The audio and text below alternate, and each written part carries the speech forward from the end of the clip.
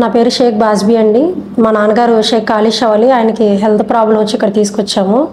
అంటే ఆయనకి ఆయాసంతో చాలా ఇబ్బంది పడుతున్నారని లతా హాస్పిటల్ విజయవాడలో సూపర్ స్పెషాలిటీ హాస్పిటల్ తీసుకురావడం జరిగింది. ఆయనకు ఊపిరితిత్తుల్లో కూడా ఇన్ఫెక్షన్ బాగా జరిగిందండి. కార్బన్ డైఆక్సైడ్ బాగా ఫామ్ అయిపోయింది. దాని మూలంగా ఏంటంటే చాలా టైం తీసుకుంది. 5 days సారు మూలంగా ఐసీలో 5 days ఉన్నాము. ట్రీట్మెంట్ బాగా జరిగింది ఇక్కడ. అంతకుముందు చేరిన హాస్పిటల్లో కంటే ఇక్కడే బాగా జరిగింది. అంతకుముందు 3 months బ్యాక్ కూడా జాయిన్ అయ్యారు, కానీ మాకు రికవరీ అన్నది జరగలేదు. ఇక్కడికి వచ్చా చాలా ఫ్రీ అయ్యారు. ఈరోజు డిశ్చార్జ్ అవుతున్నాము.